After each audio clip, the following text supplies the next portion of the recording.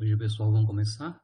Só para organizar, então, a aula de hoje, a gente vai analisar, então, a estabilidade de órbitas circulares.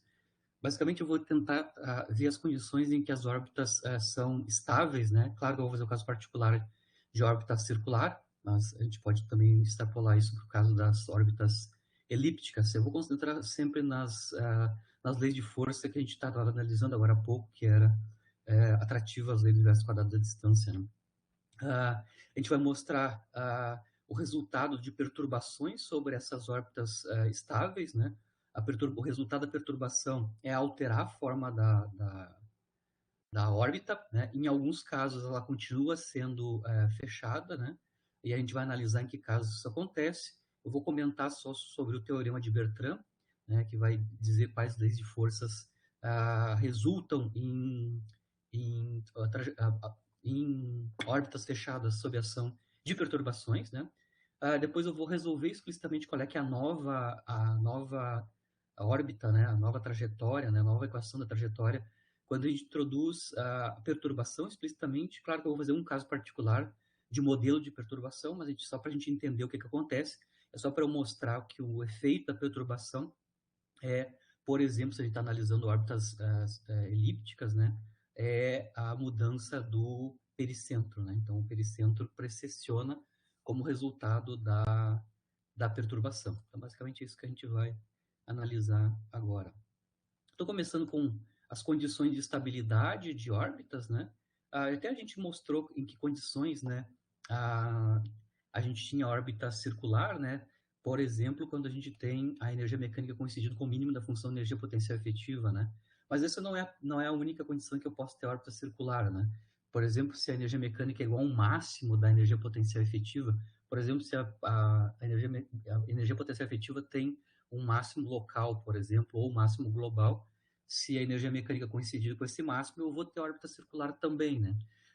Mas essas órbitas não seriam estáveis, que é o que a gente vai analisar aqui no caso particular das órbitas circulares, né? Então, a órbita circular por si só não pode não ser estáveis, né? Só vai ser estável, né, se o raio dessa trajetória circular coincidir com um ponto de mínimo, né, da função energia potencial efetiva, né? E aqui eu vou analisar as duas condições que a gente vai ter que impor para saber se uma órbita circular é estável ou não. Então, basicamente, a gente vai ver as condições de estabilidade de órbitas e depois vai analisar a perturbação sobre uma órbita circular estável, né? Ponto de partida para determinar as condições, né, para estabilidade. Bom, para ser estável, né, ela, bom, obviamente, para eu ter a órbita circular, eu tenho que ter um ponto de extremo na minha energia potencial efetiva, mas isso sozinho não garante a estabilidade. E aí vai ter que impor uma segunda condição, que é que esse ponto de extremo seja um ponto de mínimo da função energia potencial efetiva. Então, nós temos duas condições para a estabilidade de uma órbita circular. A primeira condição vai vir da lei de Newton, né? Segunda lei de Newton, projetada na direção radial, essa equação que a gente já usou várias vezes, né? Que relaciona, então, a aceleração radial com a lei de força, né? A intensidade da força central. Claro que a gente ainda tem o termo centrífugo aqui, né? Que vem da substituição das variáveis angulares pelo momento angular, né? Que é uma quantidade conservada. Basicamente, o θ quadrado está substituído em termos do momento angular, né? Lembrando que a intensidade da força central está conectada com o negativo da derivada da função energia potencial associada a essa força central, né? Ou seja, eu posso escrever a lei de força em termos de uma derivada da energia potencial associada. E o termo centrífugo, esse primeiro termo aqui, né, que é L quadrado sobre mr ao cubo, ele pode ser escrito em termos de uma derivada de uma outra função, né? Tá claro aqui, trivialmente, que L quadrado por mr ao cubo pode ser escrito como um negativo da derivada radial da quantidade L2, 2m, r ao quadrado. Isso significa que o lado direito daquela equação ali, que é a segunda lei parte radial, né, componente radial, pode ser escrita como, os dois termos pode ser escrito então em termos de um negativo, de uma derivada radial, né, da soma dessas duas quantidades. Uma delas é a própria energia potencial associada à força, né, e o termo centrífugo. Se vocês olharem esses dois termos, basicamente ele coincide com a definição da energia potencial efetiva, né. Então, a gente pode escrever, então, a dinâmica, né, na direção radial, massa vezes aceleração radial, como sendo o negativo da derivada da função energia potencial efetiva, né, onde, além da energia potencial, nós temos o termo centrífugo também. Para a trajetória ser circular, né, com um raio de órbita igual a r barra, é a minha notação para o raio de órbita circular, né, tá claro que se o meu raio é fixo, né, típico de trajetória circular, o r ponto é zero, ou seja, a velocidade radial é nula, né, não tem movimento na direção radial, né, isso implica então que a aceleração radial é zero, e como consequência, a consequência dessa equação aqui, né, nós mostramos que a condição para eu ter órbita circular, por exemplo, a primeira condição é que a derivada da função de energia potencial efetiva calculada na distância radial coincidente com o raio de trajetória circular é zero, né? Isso vai implicar ali naquela equação, né, que esta quantidade aqui seja nula, né? Se R2 ponto é zero, toda essa quantidade aqui somada é zero. Isso vai nos dar, então, essa equação aqui vai nos dar a primeira condição para estabilidade de órbita, ou seja, o R barra é uma condição, é um ponto de extremo da função energia potencial efetiva. Se R barra é um ponto de extremo da função energia potencial efetiva, isso vai implicar que eu posso relacionar, né, a lei de força calculada nesse raio de trajetória circular com o momento angular ao quadrado. Então, a primeira condição de estabilidade, que coincide, então, com a condição que R barra é um ponto de extremo da função energia potencial efetiva, isso é a primeira condição para que ele seja, tenha alguma estabilidade, né? Conseguir escrever, então, a lei de força, a F calculada em R barra, tem que ser o negativo de L quadrado sobre M barra R barra ao cubo, né? Então, eu consigo exprimir, se R barra é um ponto de extremo, eu consigo exprimir a lei de força, calculada em R barra, em termos do momento angular. Essa é a primeira condição de estabilidade. Mas isso aqui não basta, né? Essa condição aqui tem a ver só com... Ela é obedecida apenas se R barra é um ponto de extremo, né? Aí a gente vai encaminhar a segunda condição de estabilidade, que é a mais importante, né? É garantir que o R barra seja um ponto de mínimo da função de energia potencial efetiva, né? Então, para que R barra seja um mínimo da energia potencial efetiva, a derivada segunda do potencial efetivo calculada em R barra tem que ser positivo, que é a condição de ponto de mínimo, né? Para R barra extremo ser ponto de mínimo. Bom, para isso a gente vai precisar da derivada segunda, né, da energia potencial efetiva. A gente, na verdade, já tem a derivada primeira, né? A gente acabou de mostrar aqui que esse segundo termo aqui já é o negativo da derivada primeira, né? Esse cara que está aqui é o negativo da derivada primeira da UF. Então, está claro que eu vou derivar mais uma vez na direção radial o negativo dessa quantidade que está aqui, né? O negativo dessa quantidade, porque essa quantidade é menos a derivada primeira, né? Então, eu vou derivar, mais uma vez, na direção radial, o negativo do lado direito da equação de Newton, parte radial. Né? Bom, calculamos as derivadas, né? São triviais. Claro que eu vou ter uma derivada da lei de força, né? Que está aqui, derivada radial, né? Da lei de força. E, claro, a derivada do termo que cai com 1 sobre R ao cubo, né? Aqui eu já calculei, já coloquei R igual a R barra, né? Então, eu calculo a derivada e depois substituo R por R barra, sendo que eu tenho a derivada da lei de força no segundo termo, certo? A gente, para o R barra ser ponto de mínimo, isso aqui tem que ser maior que zero, né? Se a derivada segunda que eu calculei tem que ser maior que zero, tá aqui, né? Multiplicamos ambos os lados por R barra sobre 3, isso é para a gente conseguir utilizar nessa segunda condição a primeira condição. A primeira condição, a lei de força pode ser escrita como sendo inversamente proporcional a R barra ao cubo, né? Então é por isso que eu estou tentando construir um R barra ao cubo aqui no denominador do primeiro termo, né? Então, multiplicamos os lados por R barra sobre 3, né? E aí sim, quando eu faço isso, o primeiro termo fica exatamente o negativo da primeira, o negativo da lei de força, né? Aqui, quando eu faço essa multiplicação, sobra o primeiro termo, L ao quadrado sobre MR barra ao cubo, que é justamente o negativo da lei de força calculado em R barra, vindo da primeira condição de estabilidade, né? Isso tudo tem que ser maior que zero. Aqui ainda posso, para retirar os negativos, né, eu ainda posso,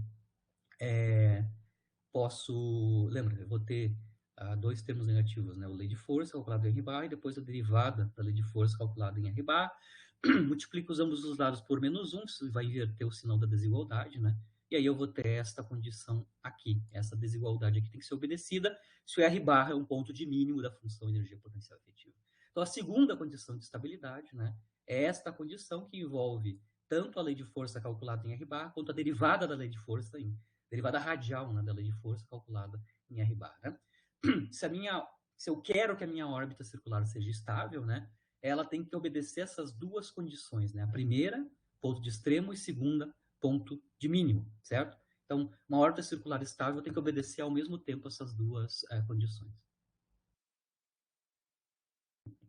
Bom, agora eu vou analisar casos concretos, né? Então, eu vou considerar um campo de força atrativo que tem esta forma. É um caso bem geral, né? A lei de força, a força central que eu estou analisando, ela é atrativa, tá? Sinal menos que está aqui, o resto tudo é positivo definido, né? K é uma constante, é a normalização da lei de força, que é positiva, né? Mas é atrativo esse campo de força e ele cai com a potência enésima da distância radial, onde aqui eu estou assumindo que N é inteiro, né? E aí eu quero saber, para leis de força desse tipo, lembrando que quando N igual a 2 a gente tem a força que a gente estava analisando, né? Que é de interesse na física, que é a gravitação e colombiana atrativa, né? Quando N igual a 2, né? Lei do inverso quadrado da distância. Mas aqui a gente está analisando casos gerais, onde a gente tem campos de força atrativo, lei do inverso da potência enésima, né? Da distância radial. E aí eu quero calcular para quais valores de n, né, vai nos fornecer órbitas circulares estáveis. Para quais campos de força desse tipo geral, né, eu vou ter admissíveis, né, órbitas circulares estáveis, né? Para isso eu vou ter que esses campos de forças vão ter que obedecer às duas condições, como a gente acabou de mostrar. Bom, a utilização da primeira condição, né, aplicada a esse campo de força específico, né, ou esse conjunto de campos de força específicos, né, a primeira condição é que a lei de força calculada em R barra tem que ser exatamente menos L ao quadrado, né, faltou 2, menos L ao quadrado sobre M ao cubo, que é a primeira condição de estabilidade de órbita circular. Né?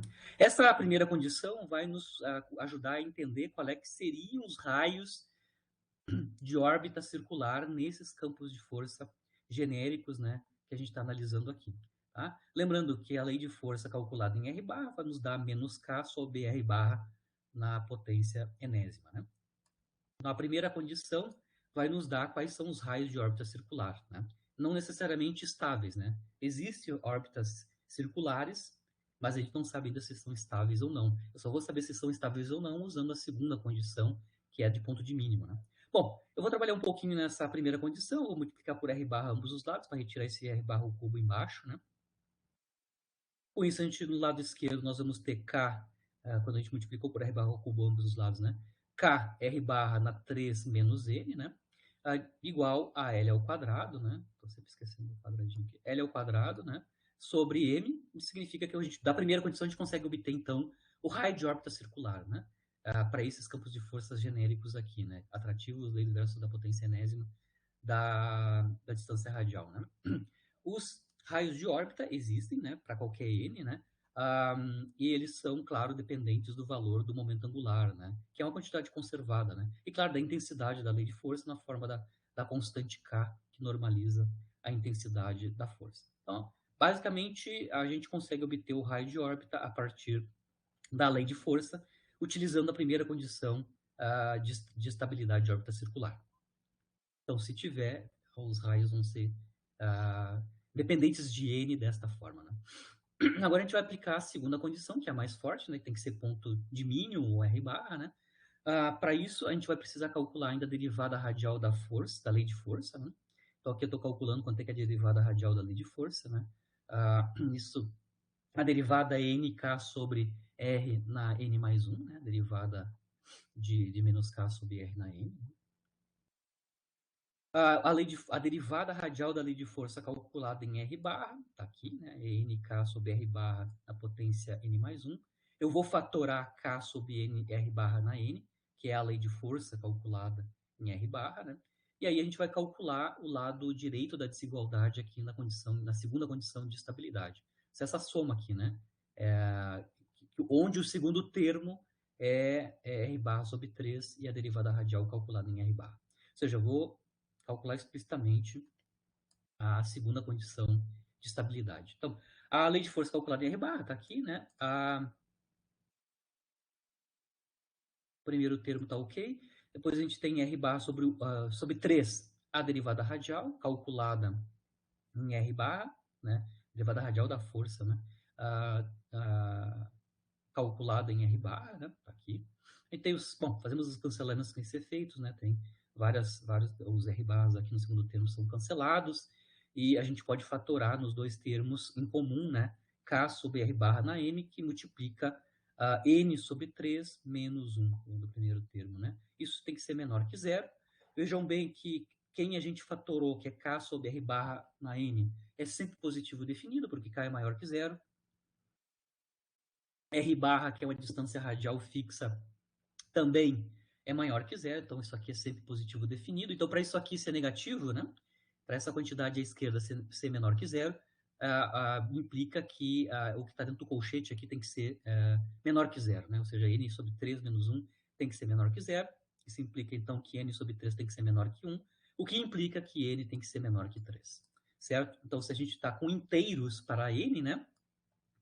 0, 1 e 2 admitem órbitas circulares estáveis com raios de órbita que são escritos em termos de n desta forma aqui. Ou seja, qualquer lei de força genérica que é atrativo, lei do inverso da potência enésima da distância radial, apenas para n menor que 3, não inclui o 3, né, vão admitir órbitas circulares estáveis. Por exemplo, n igual a 3, 4, 5 e assim por diante. Essas leis de potência para a lei de força não vão fornecer trajetórias circulares estáveis. Apenas as com n menor que 3.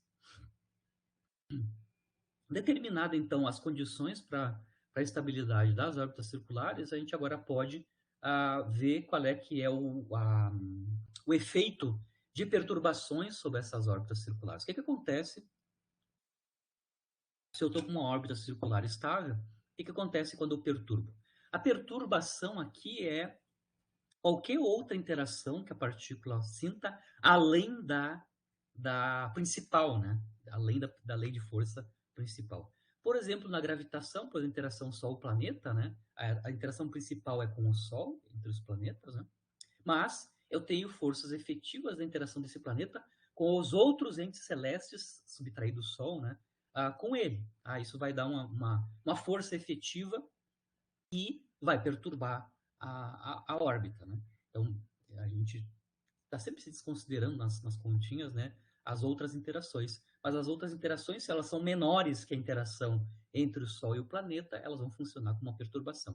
O que eu vou fazer aqui é caso geral, né, especificamente para órbitas circulares, mas depois a gente vai partir para elípticas também, que é do interesse de gravitação, né? Mas aqui eu quero analisar o que acontece quando a gente perturba uma órbita circular estável. Então, vou supor que exista então, uma trajetória circular que é estável, como a gente acabou de mostrar, ou seja, obedecendo aquelas duas condições, né? E vamos considerar uma pequena perturbação em torno do raio de órbita circular, que corresponde a uma distância radial igual a R barra na nossa anotação aqui. Só para reforçar, né? A pequena perturbação se refere a outras interações da partícula que são mais fracas, né? Menos intensas que o campo de força principal, tá? Qual é que é a consequência, né? A gente vai mostrar que a consequência de uma pequena perturbação sobre uma órbita circular estável em torno de R barra, né? É o aparecimento de uma oscilação radial. Lembrando que originalmente, se a órbita é circular, a gente não tem movimento na direção radial. O R ponto é zero para qualquer distância radial, né? O efeito da perturbação, então, é criar uma oscilação radial cuja frequência a gente é capaz de calcular, tá? E essa frequência na direção radial é calculada a partir da expressão da função energia potencial efetiva associada ao campo de força principal que a partícula estava interagindo, né? O campo de força principal, dada na forma da função energia potencial efetiva. Nas vizinhanças, claro, do ponto de mínimo, que é o R igual a R barra, né? Bom, primeiro eu vou mostrar qual é que é essa frequência angular dessa oscilação radial, que é o resultado de uma perturbação sobre uma órbita circular original. Bom, para a gente entender qual é que é o resultado da perturbação, eu tenho que saber como é que se comporta, né, a função energia potencial efetiva relativa à interação principal da partícula, né, que é o que está dando origem à órbita circular estável, né, e ver como é que ela se comporta em torno do raio de órbita circular.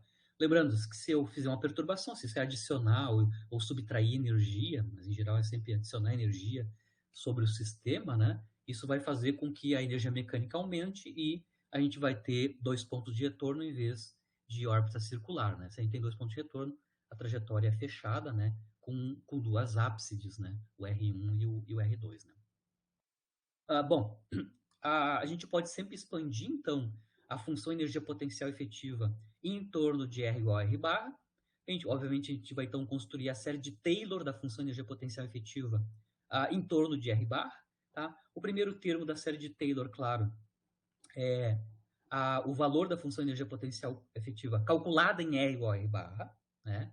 Mais o primeiro termo radial na série de Taylor seria a R menos R barra multiplicada pelo coeficiente de Taylor, que é a derivada primeira da função energia potencial efetiva calculada em R barra. Mas, como R barra é um ponto de mínimo, né?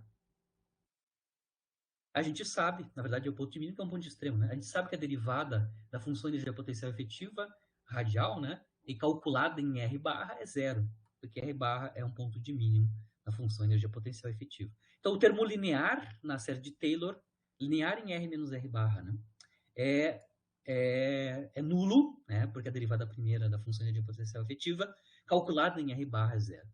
O próximo termo, não nulo, seria o termo quadrático, né, na série de Taylor, que é R menos R barra ao quadrado, e o coeficiente de Taylor é 1 sobre 2 fatorial, a derivada segunda radial da função de energia potencial efetiva, calculada em R igual a R barra. Eu vou assumir que os outros termos, as outras potências de R menos R barra, são cada vez menos importantes, né? Lembrando que eu estou fazendo potências da diferença entre a distância radial e R barra. Né? E aí, em ordem quadrática, né?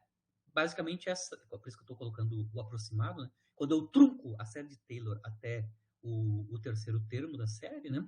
Eu vou obter uma aproximação em torno de R barra para a função de energia potencial efetiva, dada desta forma, que é quadrática na distância radial, né?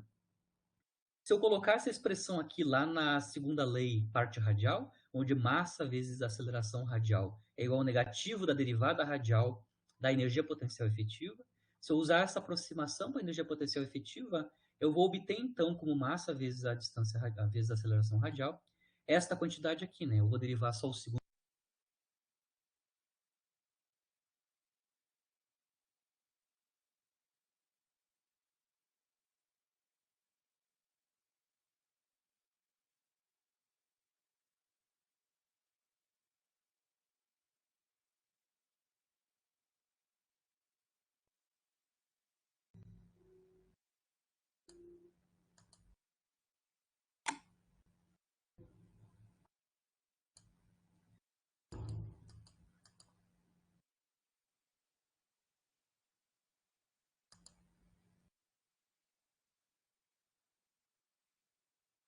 Voltamos, pessoal? Sim, voltou. Beleza. A rede está muito instável aqui.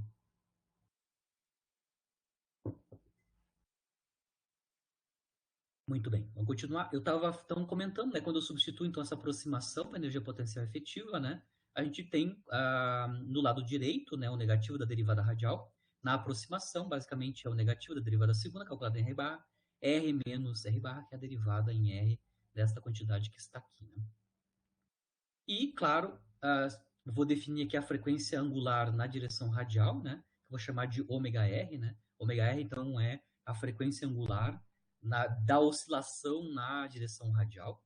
A frequência angular ao quadrado na direção radial é definida como 1 sobre m, a derivada segunda da função de energia potencial efetiva, calculada em R barra. Né?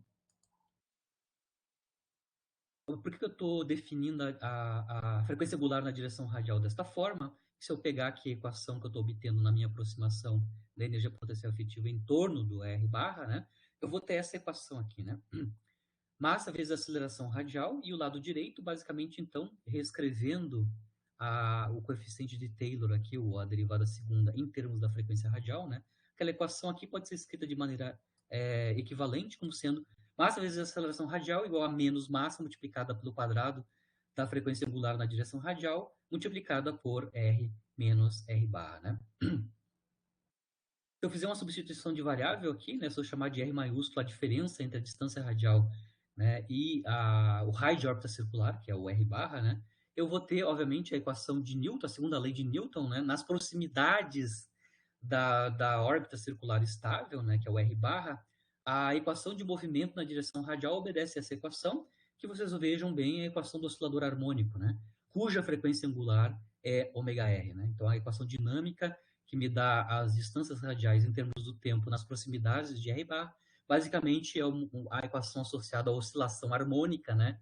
cuja frequência angular é ômega-r. Né? Então, eu sei que se eu perturbar a órbita circular, né, um pouquinho, uma pequena perturbação, o efeito é eu vou ter um movimento harmônico na direção radial com uma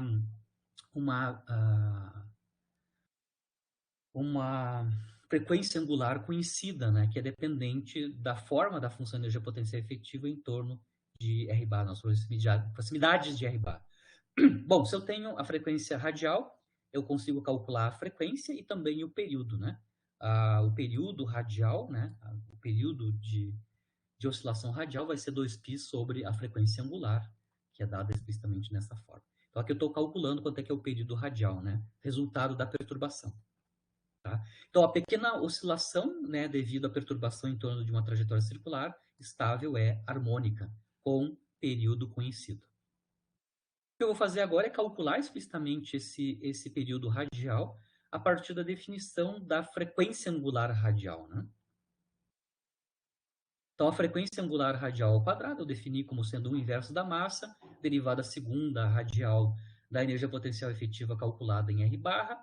Né? A gente já calculou quanto é que é a derivada segunda da função de energia potencial efetiva calculada em R barra. Se a gente voltar lá, agora há pouco a gente estava analisando as questões das órbitas, né? A gente já calculou quanto é que é a derivada segunda, né? Que a derivada segunda da energia potencial efetiva, a gente já sabe quanto é que vale, né? Explicitamente, né? É esta quantidade aqui, ó, né? Onde, no primeiro termo, ainda a gente pode escrever em termos da lei de força, tá? Então, a gente já sabe quanto é que é a derivada segunda, só usando o detalhe que o primeiro termo a gente tem que escrever em termos da lei de força. A gente já sabe quanto é que é a derivada segunda. Então, daquela expressão, a gente sabe que a derivada segunda tem essa forma aqui, né? O primeiro termo envolve a lei de força calculada em R barra, e o segundo termo envolve a derivada primeira radial da lei de força calculada em R barra. Se eu tenho a expressão da frequência angular, né, ao quadrado, eu vou calcular o período radial, né, 2π sobre ômega-r, e aqui eu tenho a expressão, então, ou seja, faço potência menos 1 dessa quantidade, né? Perdão. É a potência menos 1/2, né? Da ômega R, né? Tem que tirar a raiz quadrada dessa e ele está no denominador, né? Basicamente isso. Só para compactar aqui a notação, né? Eu vou chamar de F' de R barra a derivada radial da lei de força, né? Dessa forma, a gente consegue calcular explicitamente o período, né, de oscilação radial resultante da perturbação, né? Sob a órbita circular estável original, né? Em termos da lei de força, né? A gente vê que o período radial ele depende da lei de força calculada em R barra e da derivada radial da lei de força calculada em R barra, né? Isso é a oscilação na direção radial que é harmônica, né? Claro que a gente tem ainda um período angular, né, que tem a ver com a revolução orbital, né, no ângulo polar, né? Uma outra componente do movimento, além da radial, a gente tem a parte angular. Eu vou analisar qual é que é o período de órbita, o período associado ao movimento orbital, né? Ao movimento no ângulo polar, né? O giro no ângulo polar, né? Então, o período de revolução angular, né, que é o período para dar uma volta completa angularmente, né, uma volta de 2π, né, no ângulo polar, né? A gente pode obter isso por conservação de momento angular, né? Só para lembrar, em forças centrais, né, o módulo do momento angular em coordenadas planopolares, né, é escrito como mr ao quadrado θ ponto, né, ou significando que o quadrado da velocidade angular, né, se eu estou com órbita circular, né, a conservação do momento angular vai me dar que o θ ponto ao quadrado, né, é L ao quadrado dividido por M ao quadrado, né, R barra na quarta se eu estou com uma distância radial R, que é circular com raio de órbita R barra, né. Lembrando que o quadrado do θ ponto pode ser escrito em termos da lei de força, usando a primeira condição de estabilidade de órbita, né. Ó, essa condição aqui ela é proporcional, né? A lei de força calculada em R barra é proporcional, né, ao negativo do L ao quadrado. Então, ainda posso escrever o θ ponto ao quadrado em termos da lei de força, né? Então, usando aquela condição, θ ponto ao quadrado é, para a órbita circular, né, é o negativo da lei de força calculada em R barra dividido por mR barra, né? Lembrando que o θ ponto é a velocidade angular, né, na direção, né, de revolução, na direção angular, no ângulo polar, né? Certo? Então, a gente consegue mostrar explicitamente que o ômega θ, que é a velocidade angular, né, ou a frequência angular na direção polar, pode ser escrita, então, em termos da lei de força desta forma, né? Lembrando que o θ ponto é exatamente a ômega θ, né? A frequência angular na direção polar. Bom, isso. Ômega θ é escrito em termos da lei de força, é raiz quadrada, né, de menos FR barra dividido por MR barra. Lembrando que θ ponto é a derivada dos ângulos polares em termos do tempo, né? Bom, se eu tenho ômega θ, eu consigo calcular, então, o período de revolução orbital, né, ou angular, né, é 2π sobre essa frequência angular, né? E, explicitamente, essa frequência angular é obtida em termos da lei de força, a gente está analisando órbitas circulares. Esse é o período orbital e esse é o período radial, se eu tiver uma perturbação. A gente mostrou que ela é harmônica a perturbação, né? Bom, agora eu quero relacionar esses períodos, esses dois períodos, né, o radial e o de revolução, ou o período orbital, né, com o ângulo entre as ápsides, né? Lembrando, eu estou originalmente com uma trajetória circular estável, certo? Então o raio é fixo, né? O raio de órbita é fixo. A princípio o R ponto é nulo, né, para qualquer distância radial. A perturbação faz com que eu aumente a energia mecânica e aí eu vou ter dois pontos de retorno radial, né? Isso implica em órbita fechada, né? E a gente vai estar oscilando radialmente entre essas duas ápsides, né? Que aparecem, né? Se eu tenho duas ápsides, né? Duas ápsides como resultado da perturbação, eu consigo obter quanto é que é o ângulo apsidal. Se eu tenho duas ápsides, a gente definiu, né? Acho que é 3 aulas atrás, né? O que é o ângulo apsidal? O ângulo apsidal é o menor ângulo entre as ápsides, né? Tá aqui, ó. Então, se eu tenho dois pontos de retorno radial, aqui eu estou chamando de, em vez de R1, R2, estou chamando de Rmin e Rmax, né? A distância de mínima, aproximação do centro de força e a distância de máxima afastamento, né? Da fonte do campo, né? Central, que dá origem à órbita circular. O ângulo psi, que é o ângulo apsidal, né? É o ângulo entre as ápices. Então, estou desenhando, né, representando os vetores posições das duas ápices, né? Resultado da perturbação, né? Aí eu quero relacionar esse ângulo apsidal com com esses dois períodos, né? O de oscilação harmônica radial, como efeito da perturbação, e o próprio período orbital, certo? Para fazer essa relação do ângulo apsidal com com os dois períodos, né? Eu vou entender que o intervalo de tempo para a distância radial variar de R mínima até R máxima, ou seja, aí entre as duas ápices, né? É a metade do período radial, né? Então, se eu for e volto numa ápice particular, tanto o Rmin como o R máximo, né? E voltar na mesma ápice é o período de revolução, é o período radial, né, de movimento. Se eu for e volto em alguma ápice, isso significa que eu cobri um período radial de oscilação harmônica, né? Se eu for de uma ápice a outra, isso corresponde só à metade, né? A metade do período de oscilação harmônica radial. Obviamente, para eu ir de uma ápice até a outra, né? A diferença entre esses ângulos é justamente, né? A diferença delta θ, quando eu vou de uma ápice até a outra, é justamente o ângulo apsidal, tá? Então, o delta θ, que é a variação dos ângulos, né?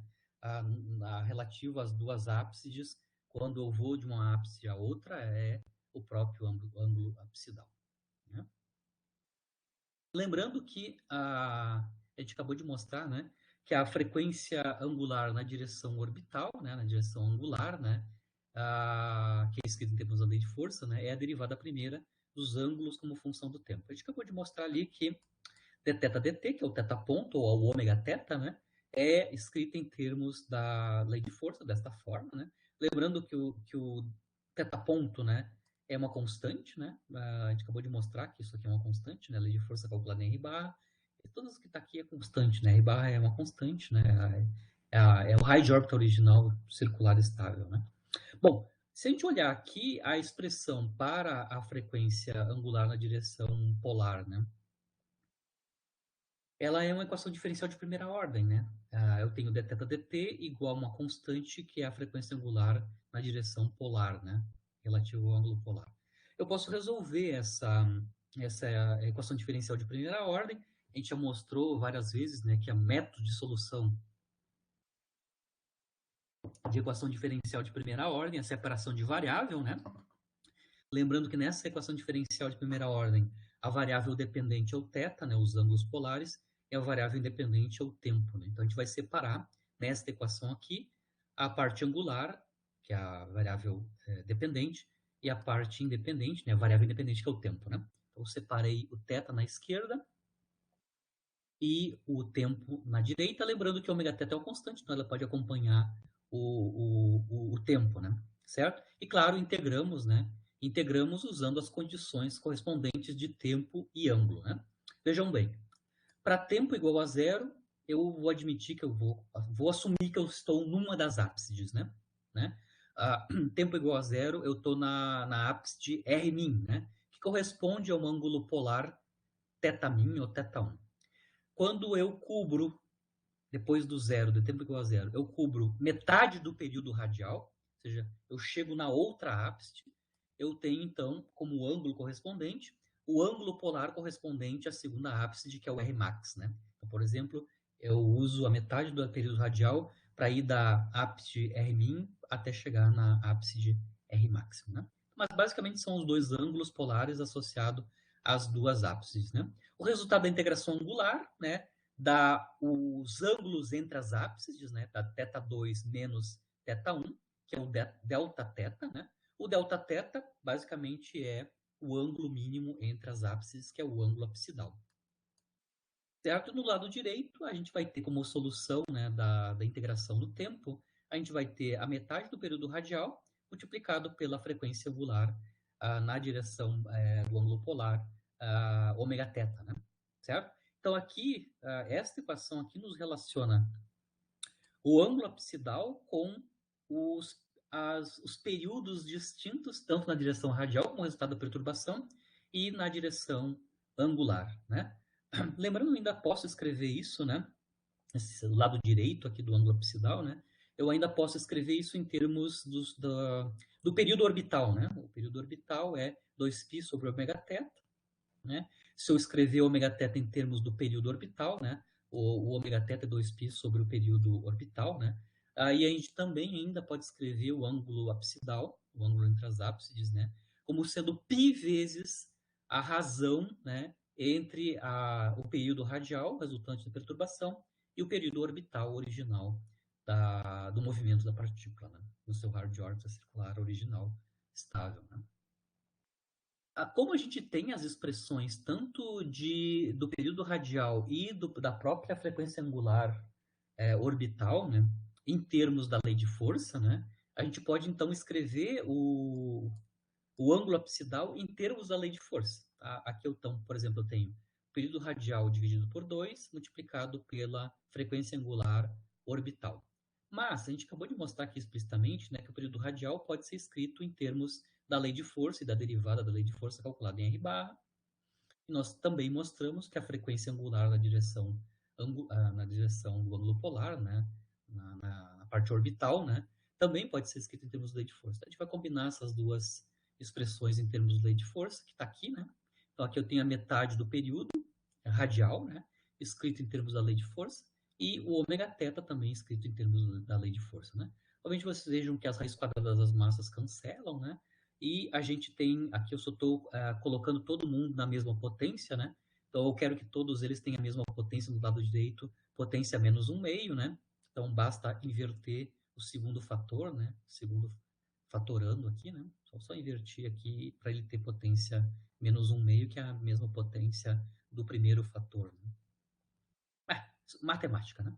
Então eu consigo mostrar que o ângulo absidal é π vezes esta quantidade, né? Onde eu já estou usando a minha notação compacta, né? Ou seja, o ângulo absidal é π vezes uma quantidade que depende tanto da lei de força quanto da derivada da lei de força, calculada na trajetória circular estável original, que vai estar sujeito a uma perturbação posteriormente, né?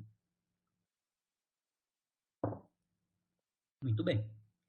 Então aqui é uma outra derivação que a gente faz, que é o cálculo da distância entre as ápices, né? Na verdade, a distância angular entre as ápices, né? O ângulo mínimo entre as ápices, né? Em termos da lei de força. Vejam bem, só aparece um ângulo absidal, lembrando que a trajetória circular original tinha raio de órbita fixo, né? Quando eu faço a perturbação, eu tenho 2 pontos de retorno radial, que são as ápices, né? E essas duas ápices têm um ângulo entre elas, que é o psi. Aqui eu estou só mostrando quanto é que vale o psi em termos da lei de força. Aqui é super importante, né? A trajetória resultante da perturbação, né, só vai ser fechada, né, se o ângulo absidal, né, for uma fração racional de π.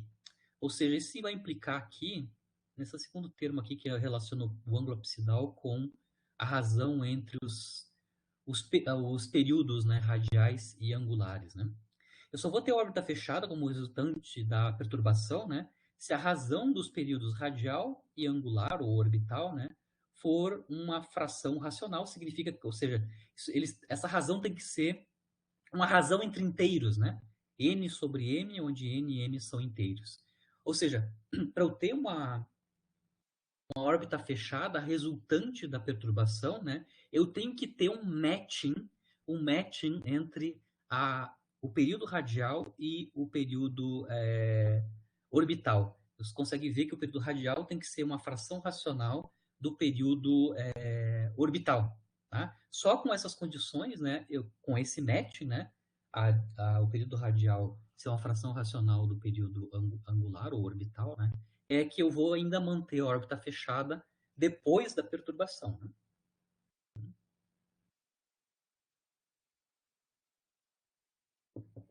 Eu vou fazer um exemplo prático disso, né? Voltando à análise das leis de força que a gente já analisou agora há pouco, né? A gente analisou genericamente, né? Leis de força atrativo, lei do inverso da potência enésima da distância radial. Até agora há pouco a gente mostrou que só para n menor que 3, né? A gente vai admitir órbita circular estável, né? Eu vou voltar para a análise desse mesmo tipo de campo de força, só que agora eu quero calcular o ângulo absidal, explicitamente em termos da lei de força. É esta expressão aqui, né? E analisar a questão se eu vou ter órbita aberta ou fechada, dependente do valor de n, né? Ou seja, eu quero analisar se eu vou ter órbita fechada depois de uma perturbação sobre a órbita circular original em R igual a R barra. Para esses tipos de lei de força que a gente já analisou, né? Lembrando que para fazer isso, para calcular o ângulo absidal, eu preciso calcular a derivada, toda essa quantidade que está aqui na direita né, à direita desta equação. Né? Então, só para lembrar, né, a lei de força calculada em R barra é menos K sobre R barra na N. A derivada a gente já calculou, né? A derivada calculada em R barra basicamente é N sobre R barra multiplicada por F R barra, né? Vamos escrever quanto é que é esse segundo termo aqui dentro da raiz quadrada, né? Esta quantidade aqui, né? Basicamente este cara aqui, R barra multiplicado pela razão de F' sobre F calculado em R barra, ele nos dá praticamente menos N, só menos N. E aí o ângulo absidal é π multiplicada pela potência menos 1/2 desta quantidade que está dentro do colchete, que é 3, né? 3 menos N. Né? Então, basicamente, para esse tipo de campo de força, né, atrativo, lei da potência, lei do inverso da potência enésima da distância radial, os ângulos absidais, né, resultantes de uma perturbação sobre uma órbita circular estável original, nesses campos de força, né, tem essa forma, né? Os psis são π sobre raiz de 3 menos n. Lembrando que a gente já acabou de mostrar que a gente só vai ter órbita circular estável para n menor que 3. Então, já vou analisar só os casos de n abaixo de 3, né? Por exemplo, quanto é que eu... E, claro, agora já vou analisar se a órbita vai ser fechada ou não, só olhando a expressão, né, da, do ângulo absidal correspondente, né? Começando com um n menor que... n igual a 2, né? Que é o primeiro n abaixo de 3, né? N igual a 2, lembrando que n igual a 2 é gravitação, né? Ou eletrostático atrativo, né? N igual a 2 é menos k sobre r ao quadrado. O ângulo absidal correspondente, né? Então, se eu estou com uma lei de força que é atrativo lei do inverso quadrado da distância e perturbo ela com uma pequena perturbação sobre uma órbita circular, o ângulo absidal correspondente é π, certo? Π é uma fração racional, né, de π. Na verdade, é 1 sobre 1, né? Isso corresponde que a órbita vai ser fechada se a lei de força é lei do inverso quadrado da distância, né? Quando eu coloco uma perturbação sobre uma órbita circular original estável, né? Então, no caso de gravitação, por exemplo, que corresponde a n igual a 2, né? O ângulo absidal é uma fração racional de π. Correspondendo que a órbita ainda vai ser fechada depois de uma perturbação. Certo? N igual a 1 e n igual a 0 são dois casos, né? Estou colocando n aqui, né? N igual a 1 igual a 0 corresponde. Para n igual a 1, né, a gente vai ter raiz de 2 embaixo. E no caso de n igual a 0, a gente vai ter raiz de 3 embaixo, né? Então, nos casos de n igual a 1 e n igual a 2, né, os ângulos absidais são, respectivamente, π sobre raiz de 2 e π sobre raiz de 3. Nesses dois casos de n igual a 1 e n igual a 0, o ângulo absidal não é uma fração racional de π. Isso significa que depois da perturbação, essas órbitas não vão ser fechadas, né? Se não é fração racional de π. Eu ainda vou fazer o caso curioso, que é n igual a menos 1, por exemplo, né? N igual a menos 1 corresponde basicamente a força elástica 3D, né? Que a gente já analisou que tem órbita fechada, né? No caso, é até admissível uma órbita circular estável para lei elástica, né? 3D, né? Então, para n igual a menos 1, também posso calcular o ângulo absidal. O ângulo absidal para n igual a menos 1, né, é justamente π sobre 2, né?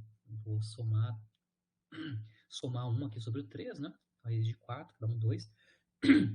O ângulo absidal é π sobre 2.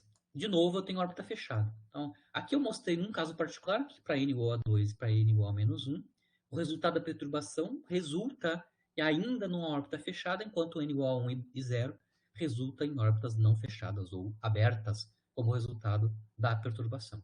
Claro que aqui eu estou analisando um caso, uma coleção de leis de força genéricas, né, que tem esta forma, né, atrativas, lei do inverso da potência enésima da distância radial.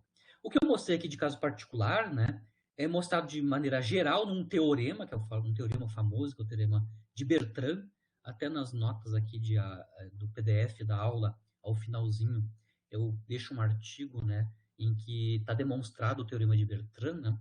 O teorema de Bertrand, ele demonstra, né, que dado uma lei de força qualquer, né, ele demonstra que apenas as leis de força associadas às leis do inverso do quadrado da distância e oscilação radial, que foi essas duas que eu mostrei aqui, né, admitem órbitas fechadas estáveis após perturbação, tá? Claro, aqui mostrei do ponto de vista prático, né, mas eu mostrei nesse caso particular que o psi é uma fração racional de π, né? Mas existe um teorema, que é o teorema de Bertrand, que demonstra, né, dado as leis de força, que apenas dois tipos de lei de força coincidem com a órbita fechada depois de uma perturbação. Que é justamente esses que eu analisei, né? Lei do inverso quadrado da distância, atrativo, né? E oscilador radial, ou seja, uma força elástica 3D, né? Que é, ou seja, a F de R é menos KR, né? Que corresponde ao oscilador 2D isotrópico. Né? Então, esse exemplo particular, na verdade, está calcado, né? Está garantido com a lei geral, né? Através de um teorema, que é o teorema de Bertrand. Você tem curiosidade, no finalzinho aqui da aula, eu acho que eu lembro bem, não lembro mais o que eu estou fazendo, mas eu acho que eu lembro que eu coloquei aqui, exato, tá aqui, ó. No finalzinho da aula tem um artigo, tá? Esse artigo é da Revista Brasileira de História da Ciência, ano 2011, né? O autor é o pessoal do Rio de Janeiro, o professor Tort, né? Eles fizeram uma tradução, né, da demonstração original do Teorema de Bertrand para português, né? Você pode acompanhar aqui a, a, a tradução para português do Teorema de Bertrand, vindo do pessoal da Federal do Rio de Janeiro, tá? Vocês podem acompanhar a demonstração, né, do Teorema de Bertrand, mas o resultado é, como corolário do Teorema de Bertrand, é que só duas leis de forças vão ter órbitas fechadas estáveis após perturbação. Aqui até agora, até esse momento atrás, a gente só analisou o que resulta uma perturbação de maneira geral, né? A perturbação sobre uma órbita circular estável original é fazer com que apareçam duas ápsides, né? Ou seja, eu vou ter um movimento harmônico radial, onde eu tenho esse deslocamento entre essas ápsides, né, na direção radial, claro, isso combinado, lembrando que o movimento é num plano, né? Combinado, claro, com o movimento orbital no ângulo polar, né? A gente até mostrou que eu posso checar quais são estáveis ou não, né? Ou seja, quais órbitas vão ser fechadas depois da perturbação, né? Eu posso checar isso a partir da lei de força, mas até ali a gente não mostrou o que acontece com a nova órbita, né? Qual é a nova órbita? Eu mostrei que eu posso ter órbitas fechadas, mas essa nova órbita fechada é de que tipo? Então aqui eu vou fazer um exemplo específico de perturbação e mostrar qual é que é o efeito, né, da perturbação na nova órbita da partícula, né? Então eu vou começar com uma partícula que está sujeita a um determinado campo de força central que me resulta numa órbita fechada, por exemplo, circular ou elíptica, né? E vou aplicar uma perturbação. Eu quero ver qual é o resultado explícito dessa perturbação na órbita, ou seja, qual é a alteração que é feita na órbita quando eu introduzo uma perturbação. Claro, aqui eu vou fazer um exemplo particular de perturbação só para a gente entender como é que funciona, né, o efeito da perturbação. Então, como é um exemplo, e eu já vou usar um caso físico que é do nosso interesse, né? Eu vou analisar, por exemplo, o que acontece com a alteração de órbita se eu começar com uma partícula que está sujeito a um campo de força tipo gravitacional, né? Que é atrativo lei do inverso quadrado da distância. No caso da gravitação, a constante de normalização aqui é conhecida, né? É a constante G multiplicada pelo produto das massas, né? A massa fonte e a massa de prova, né? Bom, se eu quero saber qual é que é a equação da trajetória, a gente já fez isso, né? A lei de força escrita em termos da variável u, que é o inverso da distância radial, né? Mas a gente já mostrou, né, que se eu sei a lei de força, eu consigo obter a equação da trajetória a partir da solução da equação de Binet, né? A gente mostrou que a solução da equação de Binet para uma lei de força desse tipo, atrativo, lei do inverso quadrado da distância, né? Em coordenadas polares tem esta equação que são as equações das cônicas, né? Em coordenadas planopolares, né? O r de θ, né? As distâncias radiais em termos de θ, é escrita em termos do ângulo polar desta forma, né? Ele é inversamente proporcional ao cosseno do ângulo polar, né? E dois parâmetros controlam as órbitas cônicas, né? As figuras cônicas, né? O parâmetro alfa, que depende do momento angular, né? E o alfa é proporcional ao quadrado do momento angular, né? E a excentricidade de órbita, né? Que depende de alfa também, mas explicitamente depende da energia mecânica, né? Qual é que é o valor da energia mecânica, né?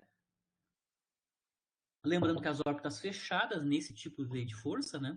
São aquelas onde a energia mecânica é tal que a excentricidade está entre 0 e 1, que é o caso elíptico, ou no caso onde a excentricidade é nula, a gente tem o círculo, né? As duas órbitas fechadas possíveis nesse tipo de campo de força são essas duas, né? Elipse e círculo, correspondentes excentricidades, né? Isso então já sabe o que acontece com a órbita fechada se a lei de força mãe, a principal é esta, né? Gravitação, por exemplo, né? Ou é órbita elíptica ou circular, e a equação da trajetória em plano polar é essa daqui, né? Agora eu vou fazer uma perturbação sobre uma partícula que está com a órbita fechada, tanto elíptica quanto circular, como resultado de uma perturbação, né? Claro que agora eu vou explicitamente dizer quem é a força de perturbação. lembrando que eu comentei com vocês, né, a perturbação nada mais é que a força efetiva além da principal, né, atuando sobre a partícula. Obviamente, claro, eu vou ter que fazer um modelo aqui de perturbação, só para exemplificar o resultado da perturbação, né? Então, além da força principal, que é atrativo lei do inverso quadrado da distância, né? Eu vou considerar que a minha força perturbativa, né, a minha perturbação, né, é uma força efetiva que é repulsiva e proporcional ao inverso do cubo da distância. Então, aqui eu tenho um modelo específico da força de perturbação, né? A força de perturbação também é uma força central, né? Ela é repulsiva, B aqui é maior que zero, né? Que dá a intensidade da força perturbativa, né? E ela cai mais rápido com a distância radial que o termo quadrático, né? Ela cai com o cubo da distância e ainda é repulsivo. Então, por exemplo, a força efetiva da interação da partícula com qualquer outro ente além do campo de força principal tem esta cara aqui, né? É repulsivo e lei do inverso do cubo da distância. Né? Se eu introduzo essa força perturbativa, eu quero ver, bom, e aí o que acontece com a órbita original fechada, que era elíptica, né, ou circular, o que acontece com a órbita nova? Bom, para saber o que acontece com a órbita nova, né, ou qual é a órbita nova, né, depois que eu introduzo a perturbação, eu vou ter que fazer uma reanálise, primeiro, de quanto é que é a energia potencial efetiva quando eu introduzo a perturbação. A gente pode, lembrando que a gente pode ler tudo o que acontece qualitativamente com a partícula, apenas sabendo qual é que é a expressão da energia potencial efetiva em termos da distância radial, né? E depois resolver a nova equação de Binet, né? Por isso que eu tenho uma lei de força nova, onde eu adicionei uma perturbação, eu vou ter que recalcular a equação da trajetória, ou seja, eu vou ter que resolver novamente a equação de Binet e obter a nova trajetória. É o que eu vou fazer agora. Começando com a análise do novo potencial efetivo, né? Energia potencial efetiva, né? Lembrando que agora a lei de força é a soma da lei de força original, que é atrativo, lei do inverso quadrado da distância, mais a força perturbativa, que cai com o cubo da distância e é repulsivo. Então, essa é a nova lei de força quando eu introduzi a perturbação. Né? Se eu for calcular quanto é que é o potencial efetivo, lembrando que o potencial efetivo é a soma do termo centrífugo, né? Que é aquele proporcional ao quadrado do momento angular, mais a energia potencial associado aos campos de força centrais. Né? Lembrando que aqui eu tenho a nova força efetiva, né? Que é a soma da perturbação que é a soma da força original mais a perturbação. Isso significa que eu vou ter uma nova função energia potencial, né? Eu tenho a energia potencial original da força que cai com o quadrado da distância, que a gente já sabe, né? Menos C sobre R. E, claro, eu vou adicionar a energia potencial associada, né, à perturbação. A força de perturbação é central, então eu consigo também calcular, lembrando que se a força perturbativa é central, a força perturbativa, a sua intensidade, né, é o negativo da derivada radial da energia potencial associada a essa força de perturbação. Né? É bem claro que para obter uma força B sobre R ao cubo, a energia potencial efetiva, a energia potencial associada a ela tem que ser B sobre 2 dividido por R ao quadrado. Então, se fizer a derivada dessa quantidade e trocar sinal, você vai obter justamente a lei de força associada à perturbação, B sobre R ao cubo. Né? Então, o resultado da perturbação aqui na energia potencial efetiva é a adição de um novo termo que cai com R ao quadrado. Né? Lembrando que o 1 sobre R ao quadrado é a mesma forma funcional em R, né, do termo centrífugo. Nesse caso específico dessa perturbação, né, eu consigo combinar a energia potencial associada à força de perturbação junto com o termo centrífugo, né, porque eles têm a mesma dependência em R ao quadrado, inverso de R ao quadrado. Né? Então, a energia potencial efetiva associada a uma perturbação que tem esta cara repulsiva e que cai com o cubo da distância, a nova função de energia potencial efetiva tem esta cara. Se a gente olhar aqui, né, como L ao quadrado mais mb, né, é maior que zero, a gente vê que a função de energia potencial efetiva, né, tem exatamente o mesmo comportamento que o potencial gravitacional ou o potencial original, né? Lembrando, quando eu coloco B igual a zero, ou seja, desligo a perturbação, eu tenho energia potencial efetiva original, né? Quando eu ligo a perturbação, que é B maior que zero, né, diferente de zero e maior que zero, A única alteração é no termo centrífugo, né? Nada mais muda, né? Então, de maneira geral, as características principais da energia potencial efetiva não mudam, né? Aqui, por simplicidade, eu só vou reescrever a soma de L ao quadrado mais MB, né? Como sendo L' ao quadrado. Posso pensar isso que eu shiftei, né? Shiftei o momento angular na expressão da função de energia potencial efetiva, né? E aí a cara da função de energia potencial efetiva nova, basicamente é a mesma expressão do caso anterior, né? Ou seja, basicamente o mesmo comportamento. A única diferença é que onde tinha L, eu vou substituir por L', onde L' é a raiz quadrada de L2 mais MB, onde B está associado com a perturbação, né? Esse tipo de potencial efetivo a gente já sabe o que acontece, né? Tem dois pontos de retorno, o R1 e o R2. Bom, a gente gastou uma aula inteira fazendo análise dos pontos de retorno, né? Radiais. Claro que se a energia mecânica for menor que zero, né? Eu vou ter sempre dois pontos de retorno ou até mesmo órbita circular, né? Dependendo de quanto equivale a energia mecânica. Mas órbitas fechadas, se a energia mecânica for menor que zero, elípticas ou circulares. Porque a energia potencial é exatamente a mesma, a menos esse shift no momento angular original. Se eu quisesse calcular qual é que é a nova trajetória, eu teria que resolver a equação de Binet, né? Bom, a nova lei de força, onde eu já introduzi a perturbação, né, é essa daqui, né? É a soma da força original, né? Foi o campo de força original, mais a perturbação que cai com o cubo da distância repulsiva. Bom, se eu escrever a f de r em termos da variável u, que é a equação, que é a variável independente da equação de Binet, né? A lei de força em termos de u é menos c sobre u quadrado mais a novidade, que é o mais b, u ao cubo, né? Colocamos essa expressão da lei de força na equação de Binet, né? A equação de Binet é isso daqui, né? É derivada segunda da u relativa a θ mais u igual a menos m sobre l ao quadrado, 1 sobre u ao quadrado, e a lei de força calculada na variável u, onde a nova lei de força inclui a perturbação no segundo termo, né? Eu consigo ver aqui que a nova equação de Binet que eu tenho que resolver, associada à nova trajetória resultante da perturbação, lembra que eu vou ter um termo linear que vai aparecer explicitamente, né? Eu posso passar ele para o lado da esquerda, né? Vejam bem, eu tenho um termo linear em u aqui na direita, né? Quando eu cancelo o u ao cubo com o quadrado. Passo para a esquerda isso. Então, eu vou obter a nova equação de Binet que tem que ser resolvida, que é essa daqui, né? Aqui, só para compactar a notação, né? Eu vou chamar de beta ao quadrado, quem está acompanhando o termo em u. Então, só na forma mais compacta, né? A nova equação de Binet que eu vou ter que resolver é esta daqui, né? Lembrando que para a gravitação, né, o caso original, o beta é 1, né? Se eu apagar a perturbação, se eu colocar B igual a zero, o beta é 1, e a equação de Binet correspondente é a equação de Binet que a gente já usou resolveu para saber as órbitas cônicas, né? As órbitas relativo a uma lei de força que é atrativo lei do inverso quadrado da distância, né?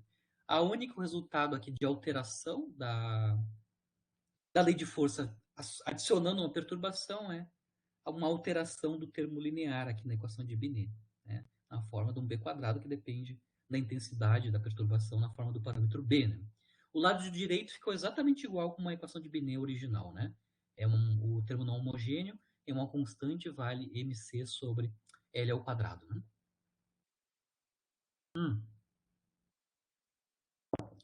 Essa equação de Binet nova, de novo, é uma equação diferencial de segunda ordem com coeficientes constantes, não homogênea, onde o termo não homogêneo é uma constante, né? Bom, a solução da equação diferencial não homogênea, a gente já sabe como é, né? O de θ, a solução geral, o de θ, é a solução da equação homogênea correspondente, né?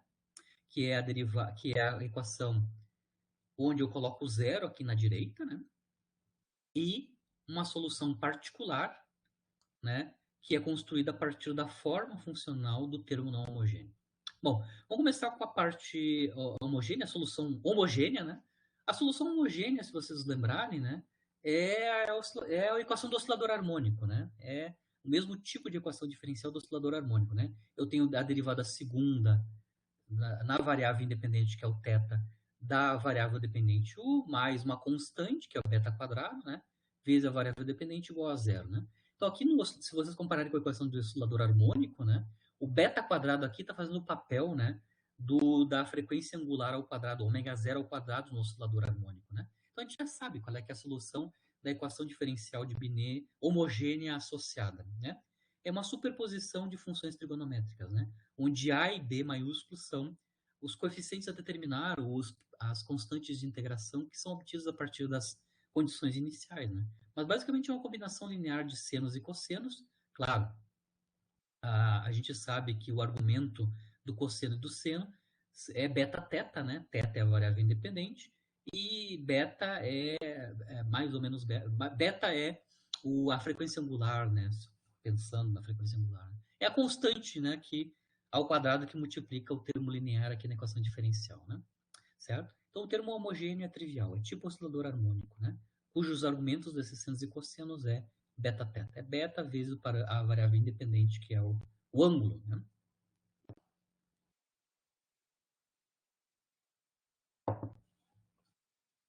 Na aula passada, a gente resolveu exatamente um tipo de equação diferencial desse tipo, né?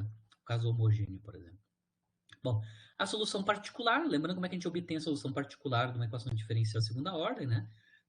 A gente obtém ele a partir da cara do termo não homogêneo, né? O termo não homogêneo é uma constante que vale mc sobre L ao quadrado.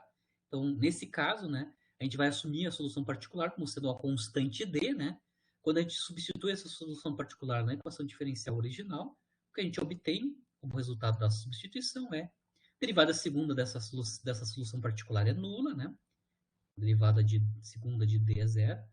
A gente tem mais B vezes a solução particular, que é D, mais beta quadrado vezes D igual ao termo não homogêneo, né? Está claro aqui que a constante D, que é a solução particular, é mc sobre L ao quadrado dividido por beta 2. Então, a única diferença comparado com a solução particular para o caso desligado da perturbação é o aparecimento do beta quadrado embaixo, né?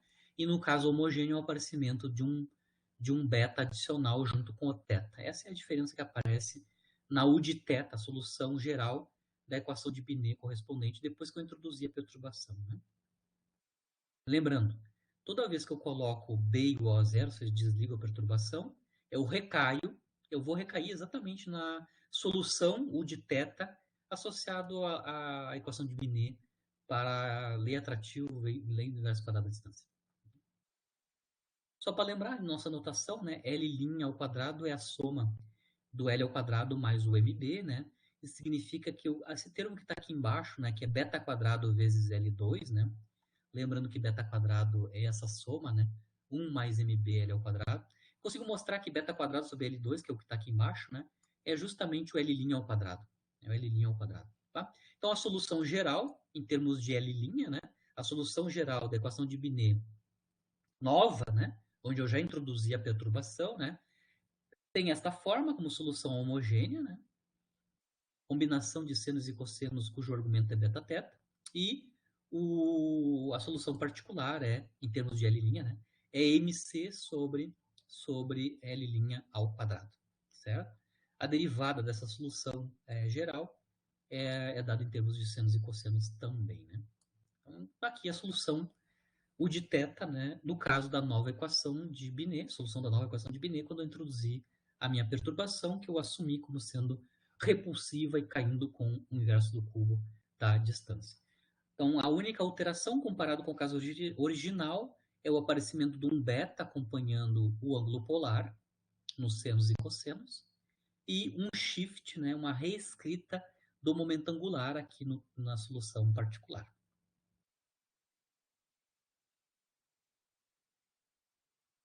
Muito bem. Bom, agora a gente vai determinar quem são as novas constantes A e B, né? Lembrando que naquela época, naquela vez, né, nós determinamos a B a partir das condições iniciais, né? Eu vou usar as mesmas condições iniciais que a gente utilizou para obter as constantes A, B no caso da lei de força original, né? Atrativo, lei do inverso quadrado da distância. Só para lembrar, as condições iniciais que a gente usou foram essas, né?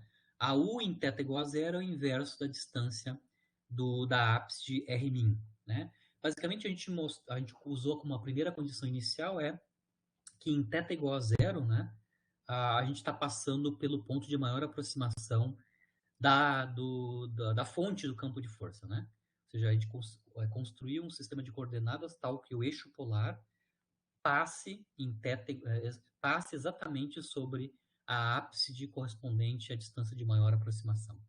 Lembrando que o é o inverso da distância radial, né? Então, U calculado em θ igual a zero é o inverso da ápside R'. Essa é a primeira condição inicial. E também, lembrando que R' é um ponto de retorno radial, né? Isso corresponde com R ponto é zero nesta ápside, né? Isso vai nos dar uma segunda condição, que é derivada de U relativa a θ, calculada em θ igual a zero, é zero. Lembrando que a gente tem uma relação entre R ponto e a derivada de U relativa a θ. Eles são proporcionais, né? R ponto é proporcional a du dθ, mas a velocidade radial na ápside, que corresponde, eu passo pela ápside em θ igual a zero, né? Isso tem que ser zero. Né? Essas são as condições iniciais que a gente utilizou na aula retrasada, né? Para obter as constantes AB. Né? Mas, muito bem. Eu vou, então, usar as mesmas condições. Né? Lembrando que a solução geral, basicamente, vai ser a mesma da lei de força original. Por que vai ser a mesma? Né? Vai ser a mesma. Eu vou usar as mesmas condições iniciais, né? E as únicas alterações são essas duas, né? Onde tem θ, eu troco por beta-θ, na solução geral. E lá no termo não homogêneo, no termo da solução particular, eu só fiz um shift no L quadrado original. Basicamente, é só isso que alterou, né? Então, não preciso resolver de novo quem é A e B, né? Só para lembrar, na aula retrasada, né? A partir de uma lei de campo de força que é atrativo, lei inverso quadrado da distância, mas das cônicas como soluções de movimento, a gente determinou quem são os A's e os B's, né? Dadas essas duas condições iniciais. Né? A gente mostrou explicitamente na aula retrasada que o A vale epsilon sobre alfa, ou seja, ele depende da razão dos dois parâmetros de interesse nas cônicas, né? A é a razão entre a excentricidade e o parâmetro alfa, né? E B é zero, né? Lembrando que a excentricidade depende do alfa e da energia mecânica, e o alfa é proporcional ao quadrado do momento angular. Eu não preciso calcular de novo quanto é que A e B sujeito às mesmas condições iniciais. Basicamente, aqui o A e o B novo, né, da minha nova solução da equação de movimento, né, esse A e esse B, bom, é só trocar. Qual é que é o resultado do ponto de vista prático de introdução da minha perturbação? Basicamente, o que eu estou mostrando é que tudo fica igual, a menos de uma substituição, de um shift, né, do quadrado do momento angular pelo quadrado do momento angular L', entre aspas, né? Que é a soma do quadrado do momento angular original mais MB, né? Onde B está associado com a perturbação. Então, significa que as constantes vão ser praticamente as mesmas, a menos da troca do momento angular L ao quadrado por L' ao quadrado. Né? Ou seja, do ponto de vista prático, se eu estou usando uma perturbação que é B sobre R ao cubo, basicamente eu vou alterar o parâmetro alfa, né? Parâmetro alfa, ao invés de ser L ao quadrado sobre MC, vai ser L' ao quadrado sobre MC, onde no L' ao quadrado tem informação da perturbação na forma do parâmetro B, né? Muito bem. Bom, se alfa é shiftado, né? Se eu vou ter um novo alfa, né? Um novo parâmetro alfa, né? Que é proporcional a L' ao quadrado, automaticamente a excentricidade é nova, a excentricidade é alterada, né? Lembrando que a excentricidade dada a energia mecânica, ela depende de alfa. Então eu vou ter uma nova excentricidade, né? A excentricidade nova, que eu estou chamando de epsilon', né? É obtida a partir da alteração, né? Claro, aqui, do parâmetro alfa aqui na fórmula, na equação para a excentricidade. Né? Mas se eu sei a nova excentricidade e o novo parâmetro alfa, A ainda é a razão entre a excentricidade e o parâmetro alfa, e o beta, o B, né, é nulo. Então, a gente já sabe qual é que é a equação de movimento. Né? Eu venho na equação da trajetória original, né? Lembrando, né? No caso da gravitação, lei do inverso quadrado da distância, a equação da trajetória era alfa sobre r igual a 1 mais epsilon cosseno θ. Se é a minha lei de força, é a lei de força original, atrativo lei do verso quadrado da distância, né? Onde alfa e epsilon, né, estavam explícitas aqui na equação de trajetória em coordenadas planopolares, né? Como eu alterei o alfa e o epsilon, né, só eles, né, como resultado da perturbação, a equação da trajetória em coordenadas planopolares é trivial de obter, né? Troco o alfa por alfa linha, troco a excentricidade pela excentricidade nova, que é o epsilon linha, e só tomando cuidado que na minha equação de movimento, né, eu não tenho o A acompanha cosseno de beta teta e não cosseno de teta, como é no caso original, né? Então aqui a gente tem cosseno de beta teta, ao invés de cosseno de teta, tá? Essa é a nova equação da trajetória, tá? Ela é bem similar com o caso anterior, né? Onde apenas a gente tem alteração no parâmetro alfa e na excentricidade, e claro, tem um parâmetro a mais multiplicando o ângulo polar, né? Lembrando que beta está associado com a perturbação desta forma, né? Beta é a raiz quadrada de 1 mais, 1 mais mb sobre L ao quadrado, né? Certo? Aqui a nossa definição de beta 2, né?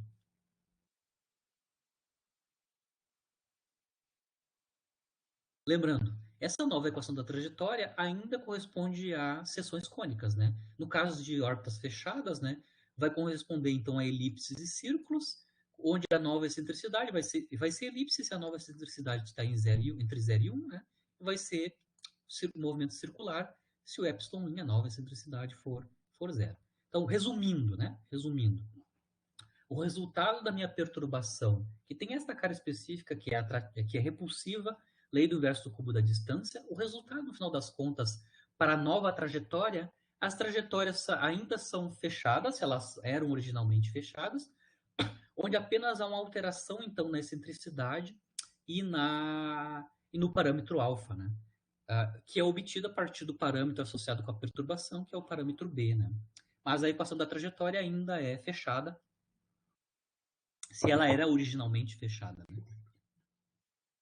Então, esse exemplo de perturbação que eu estou utilizando, que é um exemplo muito particular, né, redunda numa equação da trajetória que é muito similar ao caso anterior, onde eu desligo a perturbação, onde eu tenho a partícula só interagindo com o campo central, que é atrativo lei do inverso quadrado da distância. Se eu introduzo a perturbação repulsiva e caindo com o cubo da distância, né, radial, a equação de movimento é muito, muito parecida.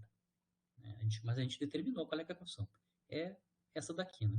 Mesma equação, com as alterações que eu estou comentando, né? Troca o alfa e o epsilon, e claro, o cosseno é calculado em beta teta e não teta apenas, né? Bom, agora eu vou, nesse caso particular de perturbação, eu vou ver o que acontece com as ápsides, né? Na verdade, eu vou usar só uma das ápsides, eu vou analisar o que acontece com o pericentro, né? Dessa trajetória fechada nova, né, como resultado da perturbação. Tá? Eu vou mostrar explicitamente que a ápside precessiona, certo? Eu vou mostrar o que é a precessão, né, do pericentro. Né? Então, eu vou mostrar aqui que, por exemplo, se eu estou com... Originalmente, eu tinha uma órbita elíptica fechada, quando eu tinha uma lei de força atrativa, a lei do vezes quadrado da distância, né?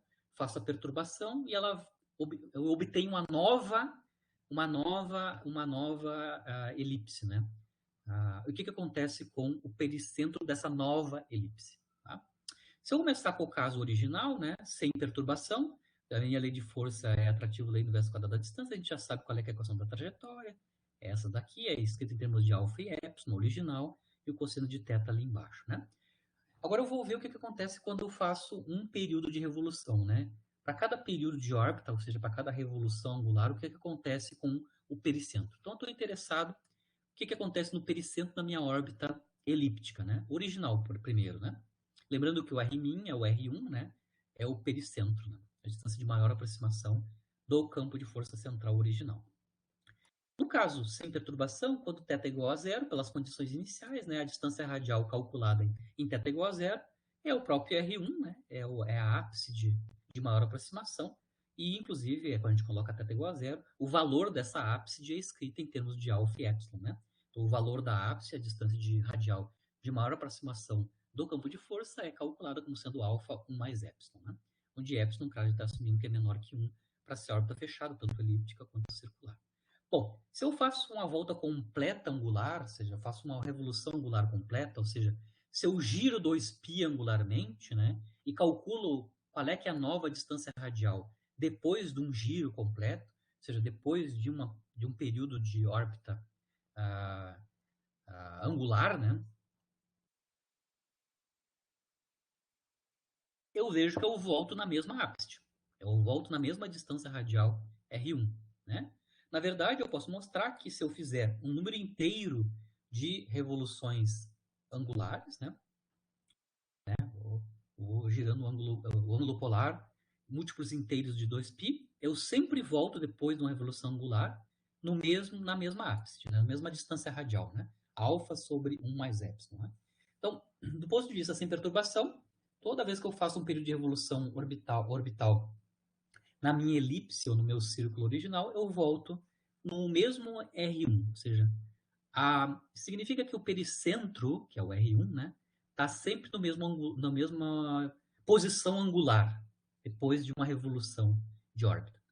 Agora eu vou ver o que acontece quando eu tenho a minha nova órbita, que é o resultado da perturbação, né, onde a nova lei de força inclui a original, uma perturbação que é a repulsiva, lei do inverso do cubo da distância. A gente acabou de mostrar que a equação nova da trajetória é essa daqui, né, como resultado da perturbação. Ou seja, eu continuo tendo elipse, se ela era originalmente elipse, né, mas, claro, eu tenho a alteração da excentricidade nova, que é o epsilon', e a alteração do parâmetro alfa, né, a menos do beta que acompanha o θ. Mas, a princípio, a equação de movimento, a equação da trajetória em plano polar, a gente já determinou como resultado da perturbação, é essa daqui. Né? Agora eu vou olhar nessa nova trajetória elíptica, né, o que acontece com o pericentro. Tá? Lembrando, a mesma condição inicial, né, em θ igual a zero, eu quero calcular qual é que é a distância radial, a gente já sabe que essa distância radial é o pericentro, né? Como imposição da condição inicial. Né? Se eu colocar aqui θ igual a zero, a minha ápice de R1 tem este valor, né? Ela vale a distância radial alfa' por 1 mais epsilon'. Tranquilo, essa é a distância radial associada com o pericentro. Muito bem. Agora eu vou ver o que acontece quando eu dou uma volta angular, né? Meu θ agora é 2π. Então, parto de 0 graus, faço um período orbital inteiro, né? O que acontece quando eu calculo a distância radial em 2π, né? Eu vou ter, então, alfa' dividido por 1 mais epsilon' cosseno de beta vezes 2π, né? Opa, aqui eu não volto para a mesma distância radial, tá? Então, quando eu faço um período orbital, na nova trajetória, né, na nova elipse, né, resultante da perturbação, eu não volto para o pericentro.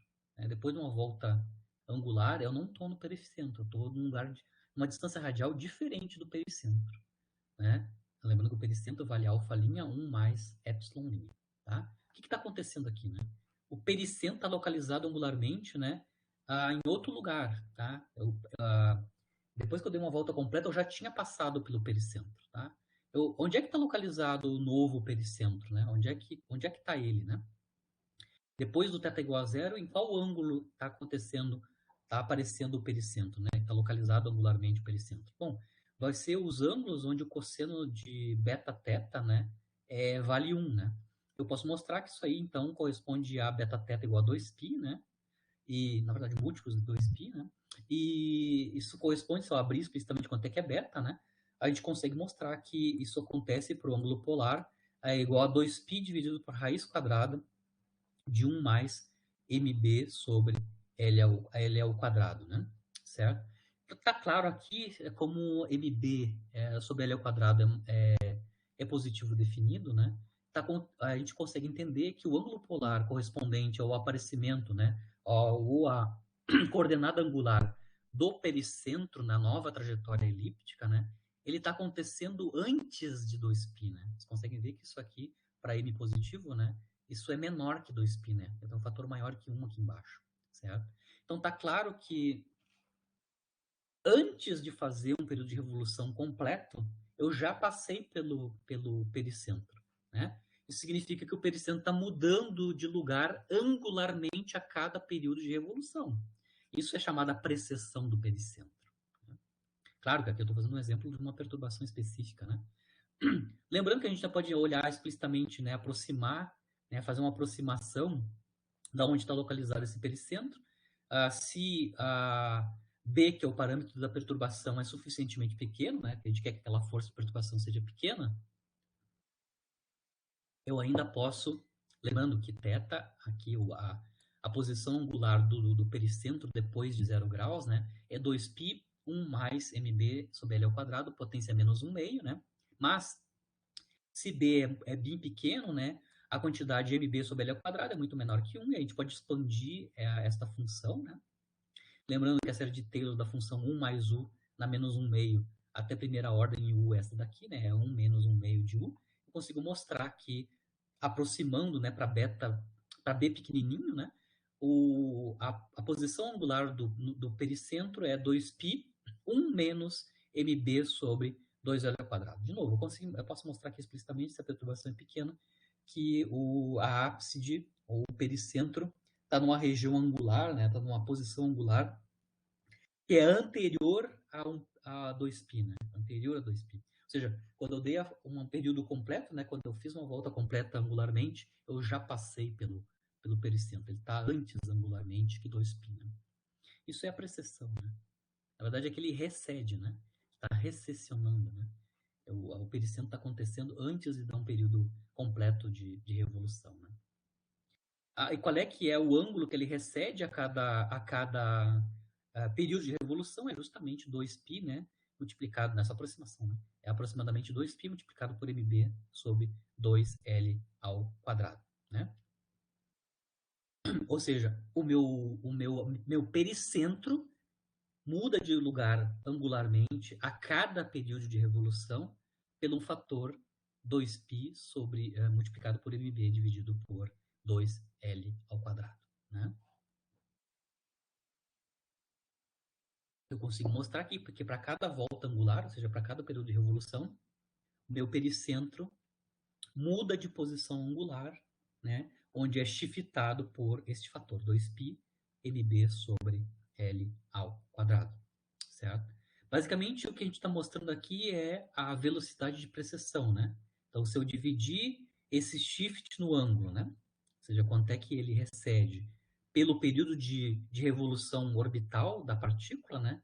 Isso é justamente a velocidade de precessão, né? No caso aqui, é a velocidade de recessão, né? Está mudando angularmente. Para cada volta angular, eu já passei pelo, pelo pericentro. Né? Então, aqui eu tenho precessão do pericentro, inclusive eu estou quantificando quanto é que é a velocidade de precessão. Né? É o shift no ângulo, né? 2π, aproximadamente se B é pequenininho, né? 2π mb sobre 2L ao quadrado, dividido pelo período de revolução. Isso é a velocidade angular. Né?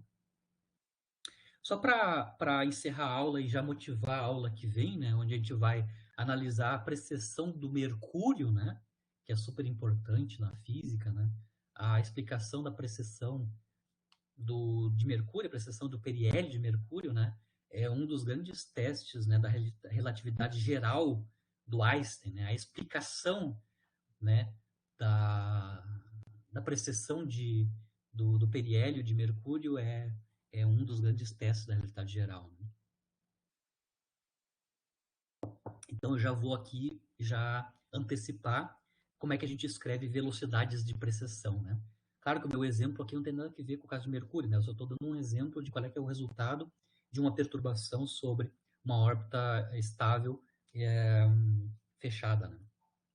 No nosso caso aqui, então, a nossa velocidade de precessão, né? A mudança do pericentro a cada órbita, a cada revolução orbital, né? É 2π mb sobre 2L ao quadrado dividido pelo período de revolução orbital. Vamos supor que o valor dessa velocidade de precessão seja esta quantidade aqui, né? 0,0942 10 a menos 3 radiano por ano, né? Porque o shift no ângulo está escrito em radianos, né? E o período de revolução, por exemplo, um ano terrestre, né? Essa é a velocidade de precessão, né? Por exemplo, no nosso caso aqui. Eu quero escrever essa velocidade de precessão que está em unidades de radiano por ano, né? Para unidades de arco de segundo por século, tá? Quando a gente for ver na aula passada, na aula que vem, a precessão do periélio de Mercúrio, né? A velocidade de precessão está escrita em arco de segundo por século, que é a medida experimental da velocidade de precessão do periélio, né? Bom, para fazer a conversão de radiano por ano para segundo de arco, né, o arco de segundo, por século, a gente vai fazer, então, a conversão, né, mudança de unidades encadeada. Né? Primeiro eu vou fazer, então, a mudança da parte angular e depois da parte temporal. Né? Então, aqui eu tenho a velocidade de precessão, que eu estou supondo que é 0,0942 10 a menos 3 radiano por ano. Primeiro eu vou transformar radiano para arco de segundo, né? Então, eu vou aqui fazer o encadeamento, né, conversão encadeada. Primeiro, eu vou converter radiano em graus, né? Ou seja, π radianos vale 180 graus.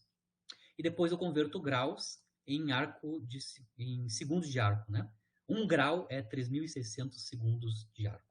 E depois, finalmente, a conversão de ano para século, né? A gente tem que 100 anos é um século, né? Esse tipo de conversão é o que a gente chama lá em Física 1 de conversão encadeada, né?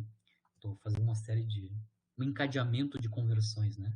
Radiano para grau, depois de grau para segundo de arco, depois ano para século, nesta forma.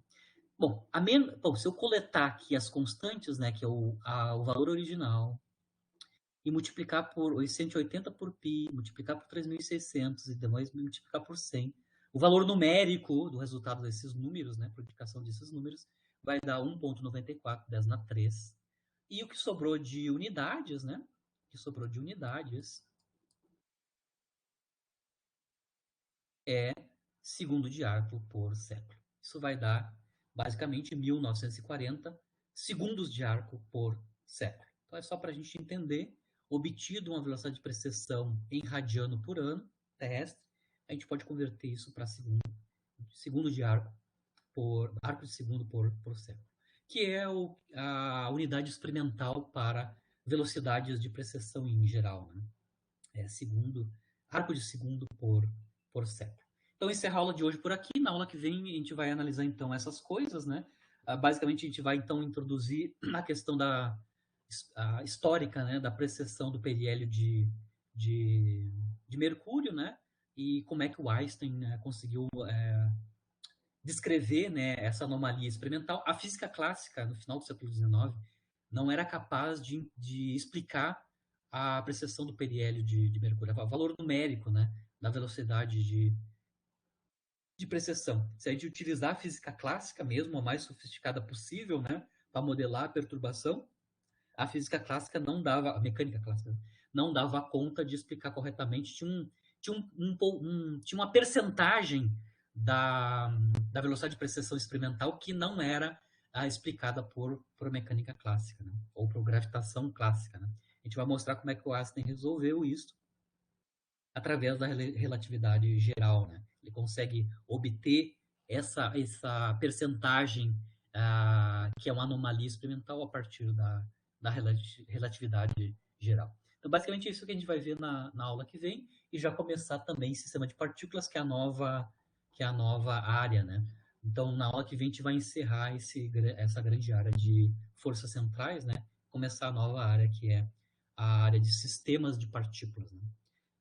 Depois a gente vai continuar lá nas próximas aulas de sistemas de partículas. Então, basicamente, eu estou planejando na aula que vem a gente fazer, então, a análise do precessão de periélio de Mercúrio e eu queria também falar um pouquinho sobre o limite de Roche. Na aula passada a gente eu só comentei, né, o limite de Roche, né, que é a distância de aproximação de uma fonte de campo central onde as forças de maré são suficientemente altas para esfarelar ou fragmentar o satélite natural, né? Também queria discutir isso um pouquinho só com vocês na aula que vem, que é interessante já entender como é que funcionam as forças de maré na caso da interação, né, entre dois corpos, tá? Basicamente, esse é o nosso planejamento da aula que vem na quarta-feira. Certo, pessoal? Professor? Sim. Eu tenho uma dúvida sobre a atividade da semana 9, para tirar contigo.